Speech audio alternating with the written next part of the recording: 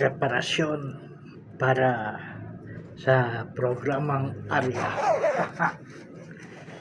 Dito yan sa studio sa Media House Express.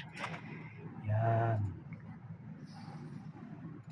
Ilang saglit lang ay magsisimula na ang pagprograma.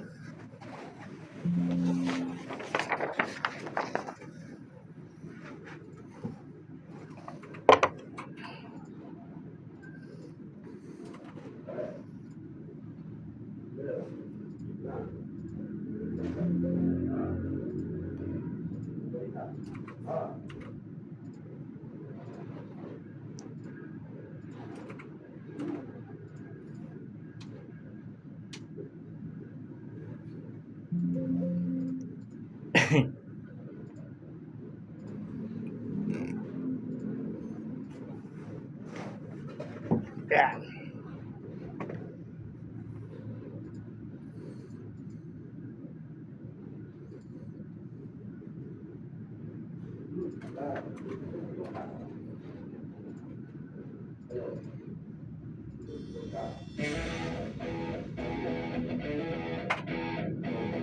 Media House Express, home of news and entertainment.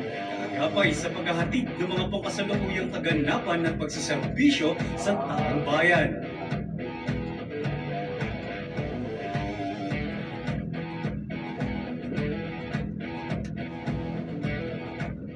Media House Express, home of news and entertainment. The wait is over. The most awaited PAGCOR Photography Contest 2025 officially begins. Show us the roads, bridges, air and seaports, green energy, and technology that shape our economy. This contest is open to all Filipino photographers, professionals, and amateurs aged 16 and above. Big prizes to be given away. 100,000 pesos each for conventional category, 50,000 pesos each for mobile category, 50,000 pesos each for the drone category. Photos must be taken anywhere in the Philippines from September 17th, 2024 to July 31st, 2025. Submission period is from February 1st to July 31st, 2025. This is your chance to showcase your skill by featuring Philippine infrastructure for economic development. For more info, visit www.pagcor.ph/photocon2025 or call 02-852-11542, local 1529 or 1530. Be updated. Follow us on Facebook, X, Instagram. Your shot, our future. PAGCOR Photography Contest 2020. Kung hindi tayo action, sa loob ng 10 to 20 years, lalo tayo mahihirapan. Maraming mga magsasaka ang mawawalan ng trabaho at hanap buhay. Ang pagkain, mamahal. Sigurado, mahihirapan ang buong pamilyang Pilipino. Kapag hindi tayo umaksyon. Ang sagot sa problema sa agrikultura, kailangan magkaisa ang sektor ng agrikultura at pamahalaan sa ating bansa. Sigurado may pag-asa. Patuloy na pinaglalaban ni Congressman Nicky Briones at ng AGA Party List sa Kongreso ang food security o abot kaya, ligtas at sapat na pagkain para sa lahat.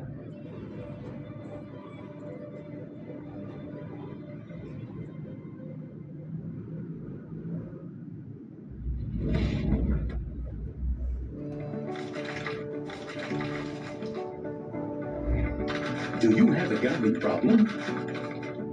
To know more about PAGCOR's responsible gaming program, including its player exclusion program, visit www.pagcor.ph/regulatory/responsible.ph.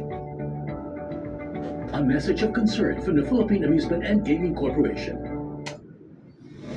Sa bawat pag-usad ng oras sa iba't ibang eksena ang nagaganap na kailangang maipabatid sa bawat mamamayan. Narito na ang Arya. Aarya sa mga pagbabalita, aarya sa pagbibigay impormasyon at aarya sa pambubuska sa mga tiwaling opisyal. Kaya narito na ang ating mga kaarya na sina Mamang Win at Tito Dave.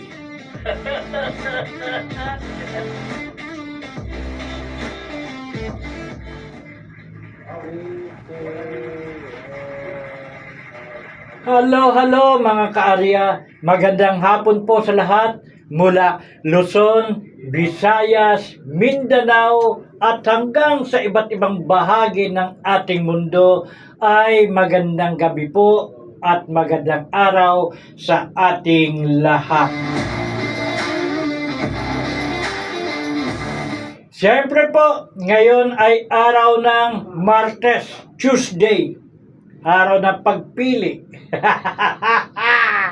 At ang petsa po natin ngayon ay May 6, 2025. Ang bilis ng panahon. Bakit? Bakit nga ba? Oh, tell me. Yan. Ayan na naman. Umiiral na naman ang init ng ulo ng ating mga motorista na ang payo natin dyan is lahat ay dapat maging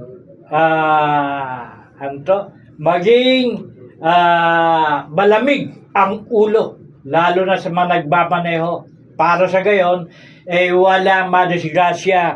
Ngayon, kung gusto nyong madisgrasya, kayo na mag-isa. Huwag na kayong mandamay sa lansangan. At syempre pa, ilang araw na lang ngayon. Martes ngayon, bukas, Miyerkules, Huwebes, Biyernes, Sabado, Linggo, Lunes, 6 na araw na lang. Halala na naman, election na naman sa ating bansa. Mamimili ang mga botante kung sino ilalagay ng mga local officials at pipili rin ang mga botante kung sino ang ipupwesta para sa pang-national position, lalo na sa mga tagagawa o tagalikha ng batas na ipaiiral sa ating bansa, na ang posisyon ay ang pagiging senador o ang kongreso. Kaya sa nalalabing araw, nako, pukpukan na ang pangangampanya ng mga politiko.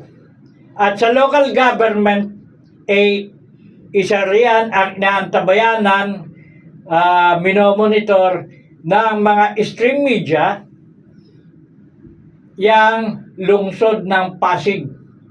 Bukod sa lungsod ng Pasig, ang lungsod ng Maynila. Yan, talaga tinututukan yan o inoobserbahan, minomonitor ng mga stream media. Hindi lang ng mga vloggers. Yon. Kasi kumbaga, ang stream media pa rin ang ating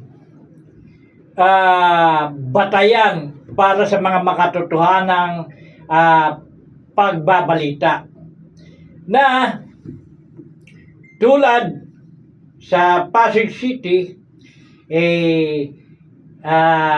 matikas ang kasalukuyang city government dyan sa pamumuno ni Mayor Vico Soto, na nakadalawang termino na siya. Pero may makakalaban siya ngayong bukang mas mabigat. Hindi lamang sa kakayanan sa kakayanan talino, kundi sa kakayanang pambulsa.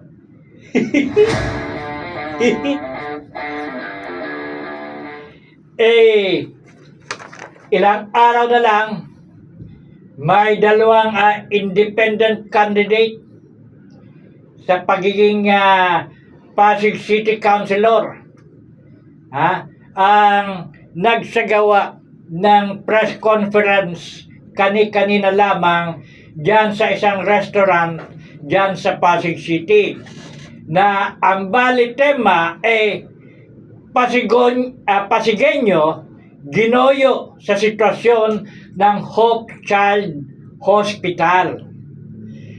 Noong July 3, 2024 ay isinagawa ang pagpapasanaya o groundbreaking sa conversion ng Child's Hope Hospital para sa pagiging General Hospital na ito ay pinangunahan noon ni Pasig City Mayor Vico Soto.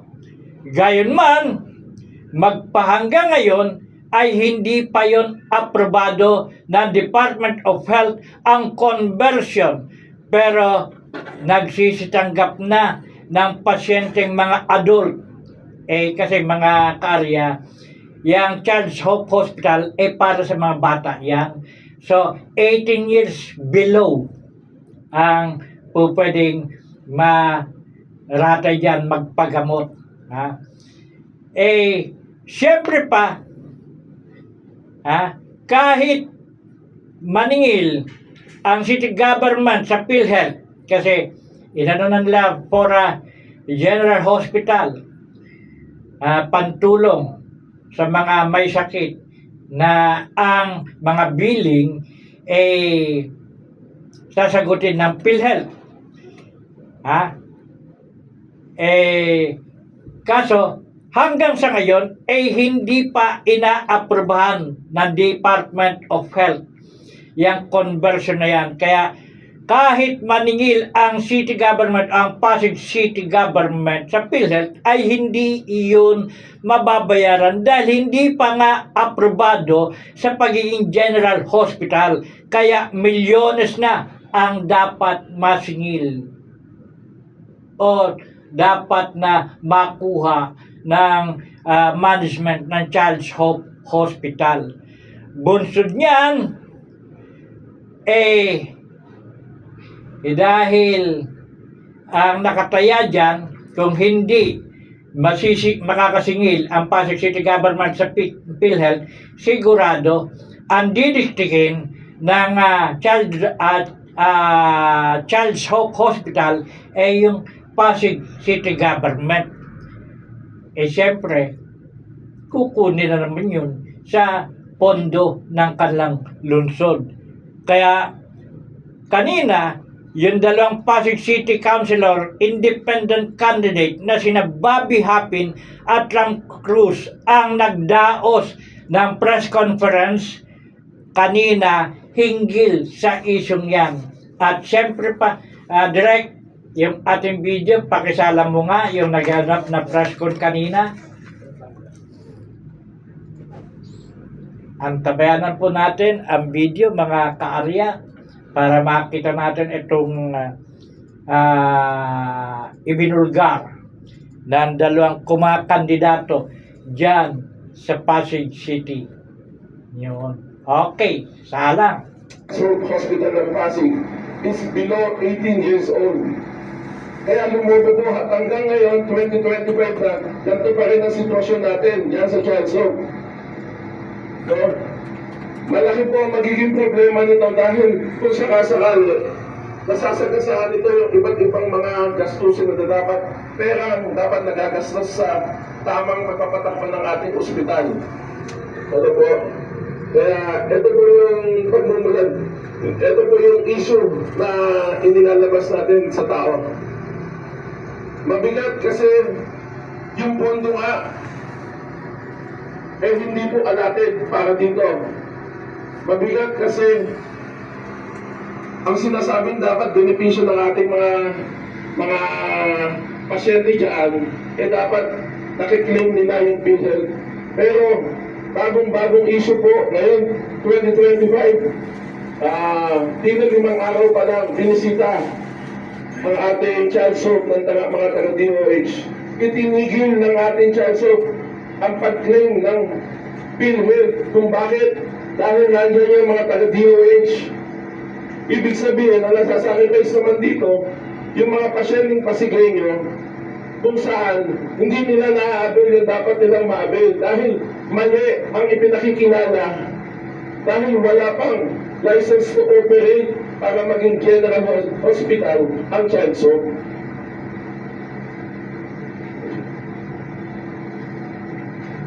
Isang magandang tanghalian sa ating lahat at natutuwa kami na mabigyan din ng daan yung aming mga ipapaliwanag patungkol sa operation ng ating mga pagamutan, yung Charles Hope natin. Ay, alam natin, maganda yung ito po ay kagaya ng binanggit ni candidate natin, aspirant Consel Ram, yung naging nagamit para sa COVID-19 facilities na alam natin na mula ng Marso 25, 2020. At makikita natin na mula doon sa conversion na pinapaliwanag ni kasamang Ram ay yung tawag dito yung eligibility, yung pagiging valid ba mula sa Charles Hope papuntang na kanila namang ginawa ng resolusyon na makikita natin yung congestion na siyempre makikita natin yung congestion ng mga hospital natin sa loob ng Pasig ay ibig sabihin talagang wala ng halos puno sa dami ng tao nagkakasakit. Nag-iisip sila ng paraan para mapapasok yung mga pasyente. Ang problem natin, kung nagsasalita talaga ng transparency and good governance yung ating pamahalaan, sulit-sulitin natin sa panayam na ito dahil alam natin na hindi ka pwedeng basta-basta mag-operate kapag hindi ka approved ng Department of Health. That's why, yung denied doon sa PhilHealth ay, ano ba ito? Kung makikita natin. Masasabi ba natin ito ay transparent para sa mga taga-Pasig o outside Pasig na nakikinig sa amin? Kami bilang isang kumakandidato, pinapahayag din namin yung aming saloobin bilang sabihin natin, huwag natin lakyan, simpleng taxpayer lang at candidate.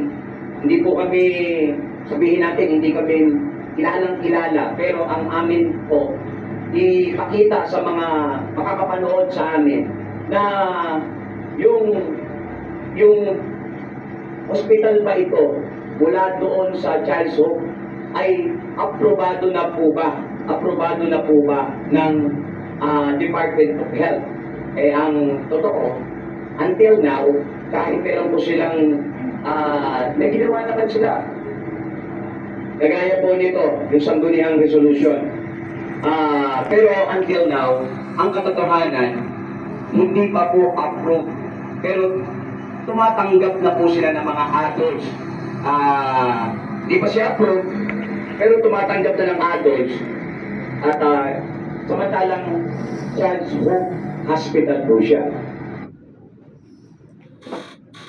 Yes, mga ka-Arya, yan po ang naging press con kanina. Sa bagay, ang sabi, pinatigil na rin daw yung pagtanggap ng mga pasyente dyan sa Charles Hope Hospital. Kasi nga, hindi makasingil sa PhilHealth. Na, yan ngayon, ang malaking kakaharapin ng Pasig, isa sa kakaharaping problema ng Pasig City Government. Siyempre, kapag ka hindi makapaningil sa PhilHealth, sigurado, yung Child Hope Hospital, ang didikdikin dyan, yung city government. Yung city government ang kanilang sisingilin.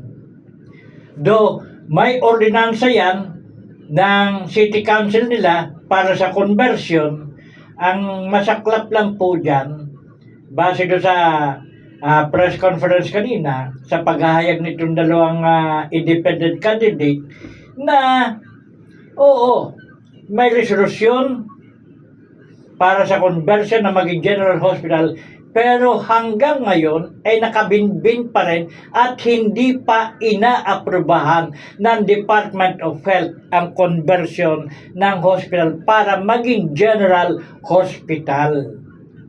Kaya, maharap ngayon sa malaking bayarin ang Pasig City Government. Sabagay kung 20 million lang yan, 20 million pesos lang yan, kaya ng Pasig City. At malaki yata yung balita natin, ay malaki yung natipid ni Pasig City Mayor Vico Soto dahil nga halos wala namang mga naipatay mga infrastruktura, kundi ang mga kanya is yung mga pamaskong handog, mga ayuda, at ayuda sa mga estudyante. yun eh. Na ang liderato ni Pasig City Mayor Pasig City Mayor Vico Soto ay puring-puri halos lahat. Lalo na sa stream media.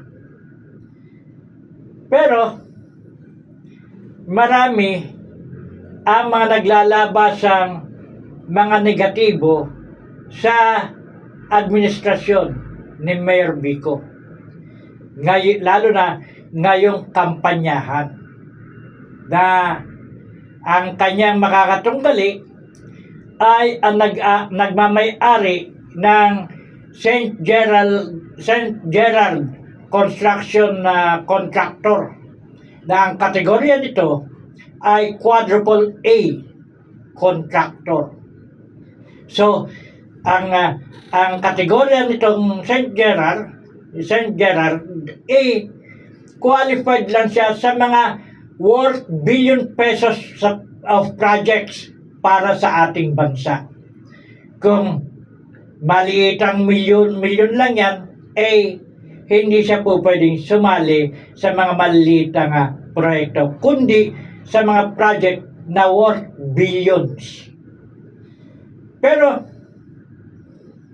sa ngayon, ang nakapagtataka riyan, lalo na sa mga hindi taga-Pasig, siyempre, ang imahe ni Pasig City Mayor Vico Soto ay napakaganda. Good governance ang kanyang administrasyon. Walang halong korupsyon. Na malinis ang kanyang naging panunungkulan. Pero marami sa mga residente, mga taal na Pasigueño na naglalabas ng kanilang hinanakit dahil ang kanilang inaasam na naging mga pangako ni Mayor Soto hindi na isakatuparan tulad ng pahalaga o pagpapahalaga sa kalusugan ng mga Pasigueño ni walang walang malaking hospital para sa pampubliko, na iyan ay hindi man lang naibabalita sa mga stream media, kundi lumalabas lang sa mga stream media. Ang mga stream media na tinatawag na kaarya halimbawa yung Channel 2, Channel 5, Channel 4, Channel 7, UNTV, Net 25, Channel 9, at sa mga radio station naman, yung mga narin yung DCXL, Radio Mindanao Network, Radio Aguila, kung ano na pa mga radio station tulad ng DWIC, DZMM, na ang mga laman ng pagbabalita riyan ay puro papuri sa magagandang nagawa ni Pasig City Mayor Vico Soto. At hindi natin masisisi na ang mga hindi taga-Pasigueño ang maging pagkakilala sincero ang naging imahe o resulta sa panunungkulan ni Mayor Vico Soto. Pero sa kabila niyan, marami palang mga negatibo na iyon ang idinadaing ng mga Pasigenyo. Pero bakit nga ba puro papuri o magagandang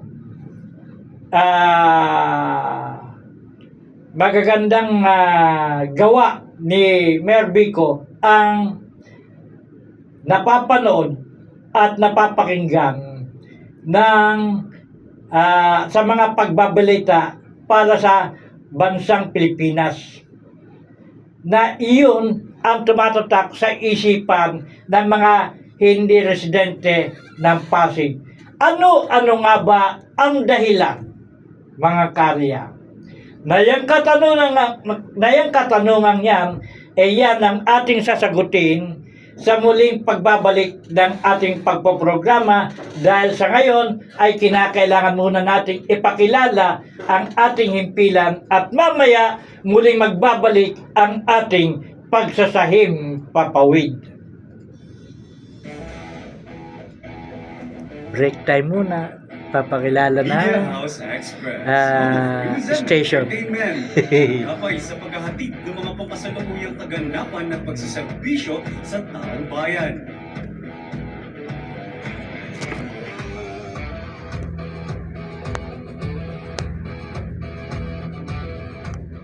Media House Express, home of news and entertainment.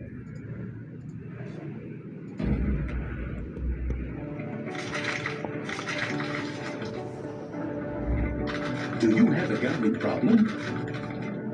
To know more about PAGCOR's responsible gaming program, including its player exclusion program, visit www.pagcor.ph/regulatory/responsible.ph. A message of concern from the Philippine Amusement and Gaming Corporation. The wait is over. The most awaited PAGCOR Photography Contest 2025 officially begins. Show us the roads, bridges, air and seaports, green energy, and technology that shape our economy. This contest is open to all Filipino photographers, professionals, and amateurs aged 16 and above. Big prizes to be given away. 100,000 pesos each for conventional category. 50,000 pesos each for mobile category. 50,000 pesos each for the drone category. Photos must be taken anywhere in the Philippines from September 17th, 2024 to July 31st, 2025. Submission period is from February 1st to July 31st, 2025. This is your chance to showcase your skill by featuring Philippine infrastructure for economic development. For more info, visit www.pagcor.ph/photocon2025 or call 02-852-11542, local 1529 or 1530. Be updated. Follow us on Facebook, X, Instagram. Your shot, our future. PAGCOR Photography Contest 20. Sa bawat pag-usad ng oras sa iba't ibang eksena ang nagaganap na kailangang maipapatid sa bawat mamamayan. Narito na ang ARYA. Aarya sa mga pagbabalita, aarya sa pagbibigay impormasyon at aarya sa pambubusga sa mga tiwaling opisyal. Kaya narito na ang ating mga kaarya na sina Mamang Win at Tito Dave.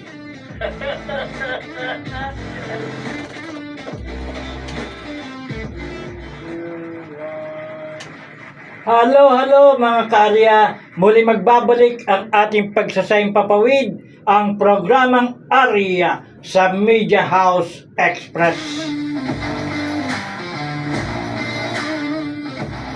Siyempre pa, yung iniwanan natin katanungan kanina, na bakit nga ba walang lumalabas na negatibo sa naging panunungkulan ni Mayor Vico Soto. Actually, hindi lang po siya. Halos lahat ng mga kilalang local government officials, halos ang mga nababasa sa mga dyaryo, napapakinggan sa mga radyo, napapanood sa mga pagbabalita sa telebisyon, puro magagandang accomplishment at walang negatibo. Bakit nga ba? Huwag naman pong magagalit sa akin ang mga local government officials natin. Ganon din ang ating mga extreme media outlets, mga radio stations at mga newspapers sa sasabihin kong sikreto ng mga government officials na walang lumalabas na negatibong mga pagbabalita patungkol sa kanila. Ano nga ba ang sikreto nila? Ito po ang isang real talk sa larangan po ng media. Ang lahat ng media network, may mga reporters yan na naka-assign sa iba't ibang lugar ng ating bansa. Pero siyempre, ang media network, ang telebisyon, ang radyo, ang dyaryo ay may mga iba't ibang function sa loob ng kanilang opisina. Merong sa opisina nila ay yun ang mga nagbabalita at meron namang isang section para sa advertisement, na yung advertisement na yun ang mga nangangalap ng magpapa-ads sa kanilang istasyon. Na yung mga advertising agent ang ipinapangako sa mga government officials, mag-subscribe po kayo, mag-ads po kayo sa aming istasyon. At pagka kayo nag-advertise, ipangangako namin na wala pong lalabas na negatibo sa inyo. Aalagaan namin ang inyong career. Yan ang real talk po. Kaya yung mga reporter, kahit na may mga dokumento, may matitibay na dokumento mula sa kanilang mga sources patungkol sa mga negatibong panunungkulan ng bawat government officials, siyempre gagawin ng reporter. Pag isinabit yun sa loob ng kanilang istasyon o sa TV network o sa dyaryo, sasalain yun ng kanilang mga editor, na yung mga government officials na nag-advertise sa kanila, pag may negatibong content sa mga pagbabalita, hindi na po yun itatakel. Hindi na po iyon ibabalita. Katulad sa etong pagpapapress con ng dalawang independent candidate dyan sa Pasig City, na kahit gawin pa ng mga extreme media practitioners, hindi po gagamitin ng mga editors nila. Kasi ang kanilang mayor kaibigan ng mga big boss ng iba't ibang mga media outlet, lalo na ang kanyang tatay, ang kanyang tiyuhin, na kaibigan ng karamihang o ng halos lahat ng mga media networks.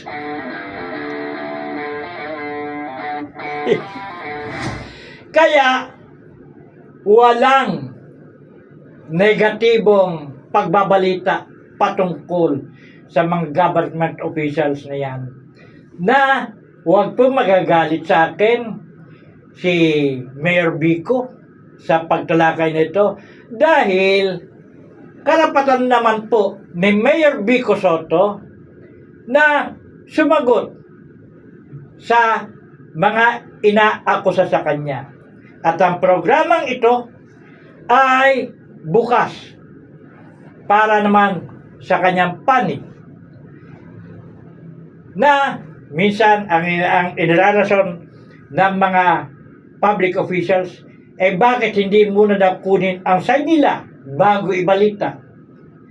Ito ang kanya realidad pa. Ang reporter kakatok sa opisina, karamihan pa sa mga yan aalamin anong question. Pag yung negatibo para sa kanila ay kunwari magdadahilan, sasabihin sa kanila isa pakisabi may speaking engagement ako ngayon, paalis na ako. Yun. So ibibinbin yung pag-i-interview. Ibig bang sabihin ang reporter kung mabibinbin yung kanilang mga iko-question sa loob ng isang buwan after 1 month pa nila ibabalita, di panis na yung topic.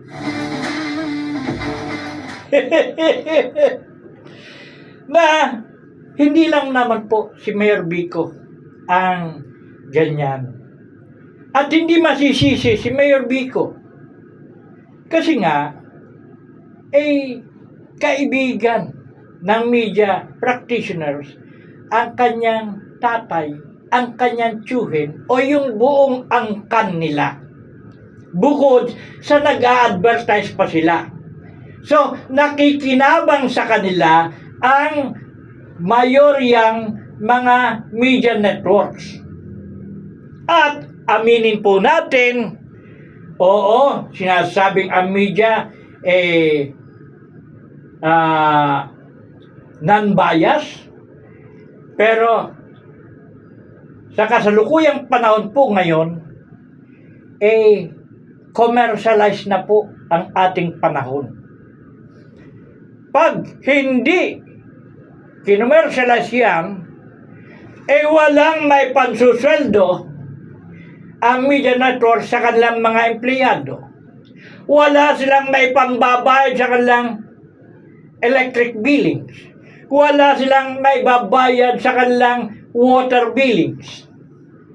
Kaya, ang buhay ng mga media networks o media company ay nasa kanilang advertorial o advertisement department.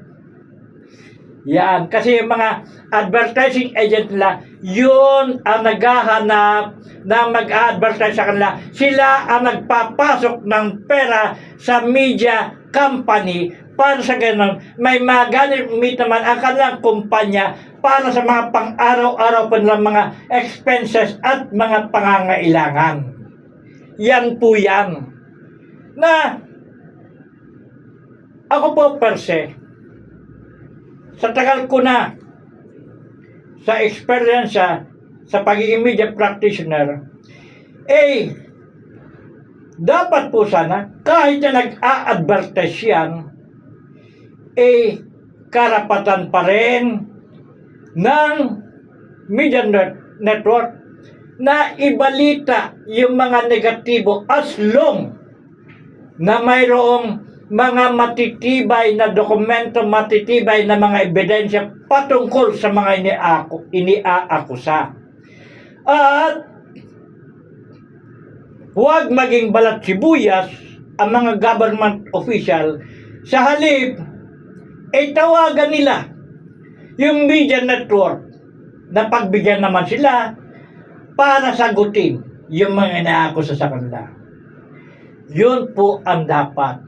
Miski sa mga dyaryo, sa mga kolumnista, nababanatan yung mga mga government officials natin. Pansinin po ninyo, ang mostly sa mga kolumnista sa pang-ibaba ng kanilang column ay naroon po ang kanilang mga contact numbers o kaya ang kanilang email ad. So, ang sino ang opisyal na nakaldag doon sa tema ng column o sa mga pagbabalita, tingnan lang po ninyo yung contact ng kolumnista. Nandun nakasulat sa column nun. So, pwede ninyong tawagan para sa inyo namang panig. Na yan ang sinasabing ang media hindi kailangang bias, neutral. So, nakaldag kayo na negatibo at pagka kayo lumapit para ibigay naman ninyo ang inyong side, gagamitin po yan ng media practitioners. Yun po. Mahirap naman po na ang lagi lang na ibabalita ay puro magaganda. Gayong ang panloob pala nabubulok na.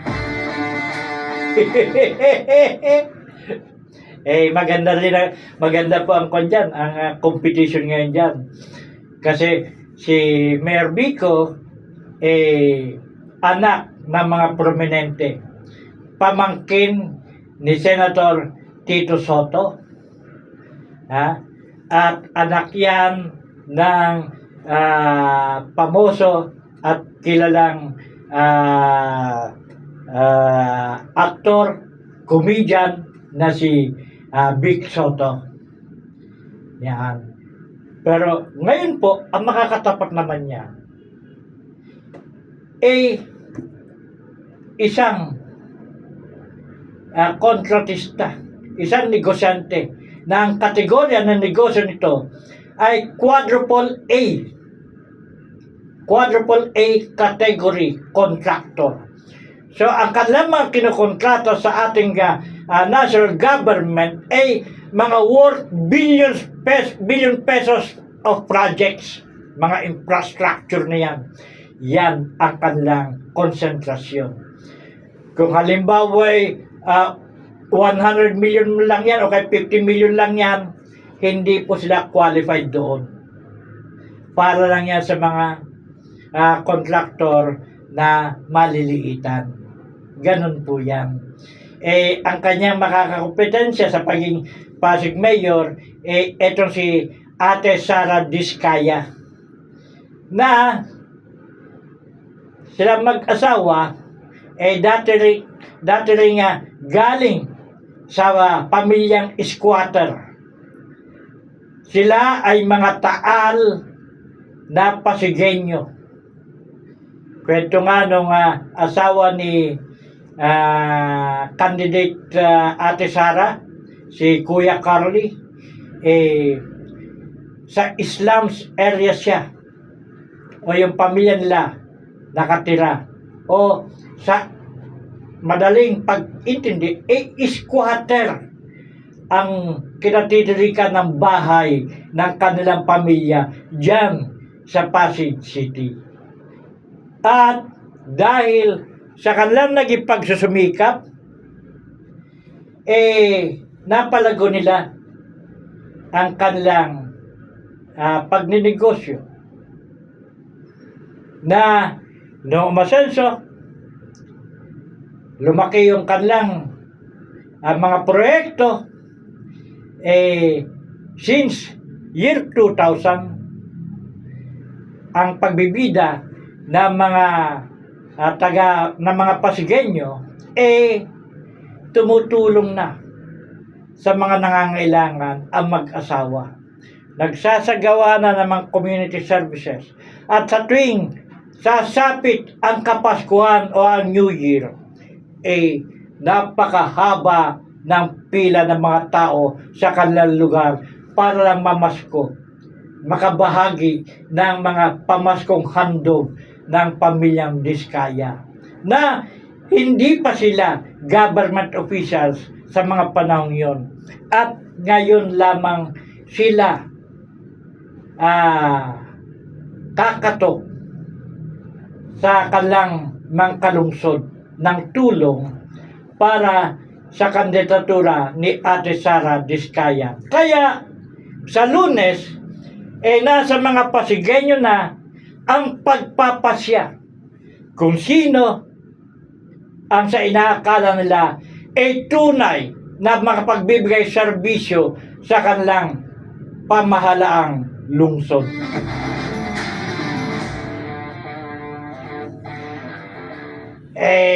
Dako naman po tayo sa ibang topic. Isang formal na reklamo kaugnay ng vote buying ang inihain sa Commission on Elections o COMELEC laban kay Marikina City Representative Marjorie Ann Maan Teodoro. Batay sa reklamo, isinagawa umano ang sistematikong pamamahagi ng pera na itinago sa anyo ng tulong mula sa gobyerno sa gitna ng opisyal na panahon ng kampanya na isang tahasang paglabag sa Section 26 o Omnibus Election Code. Kalakip na reklamo ang 8 sinumpang salaysay mula sa mga residente na katanggap ng naturang cash assistance, pati na rin ang mga video at larawan na nagsisilbing ebidensya na umano'y vote buying na isinabit rin ang mga ito sa COMELEC para sa masusing investigasyon. Kabilang sa mga pangunahing aligasyon sa reklamo ang mga sumusunod. Una, ang pamamahagi ng cash assistance sa mga barangay gaya ng Santo Niño Marikina Heights, Constitution Superior 1 at iba pang mga barangay. Ikalawa, ang paggamit ng mga form na kahawig ng ginagamit ng DSWD kahit walang opisyal na DSWD na naroroon.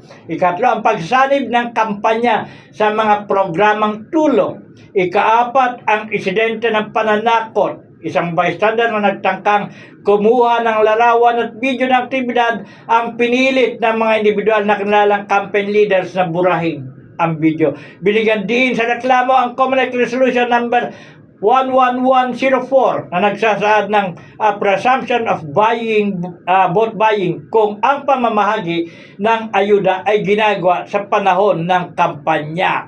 Hinimok naman nagreklamo ang COMELEC na magsagawa ng masusing investigasyon at agarang aksyon legal upang mapangalagaan ang integridad ng halalan. Dyan po sa lungsod ng mga Marikina, ang naglalaban po dyan ay ang asawa ni incumbent Marcy Teodoro na si Maan Teodoro ang kakandidatong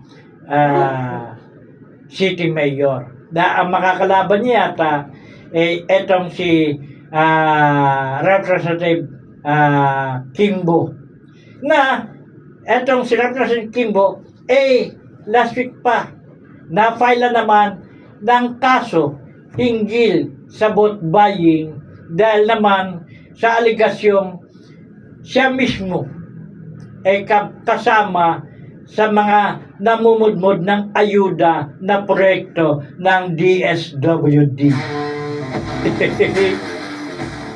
Ewan ko kung ano lang resulta sa mga yan. So magkabilaan po yan. Anyway, ang mga magpapasya po niyan ang mga residente ng Marikina ngayong Lunes, May 12 election.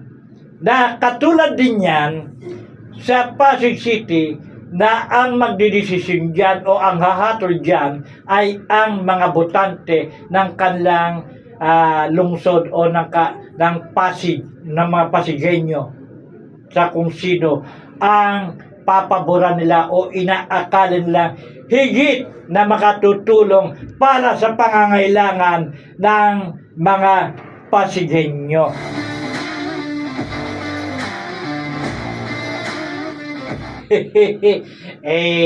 Talaga papanit ang hiling na lang po natin, ang wish ng programa nawa sa buong panig ng ating bansa ay wala nang malagas pa, wala nang maganap na pagpapatayan pa ng mga kandidato. Di bali sana kung yung mga kandidato lang ang magpapatayan, ang unang-una na mamatay dyan ay ang kanilang mga taga-suporta.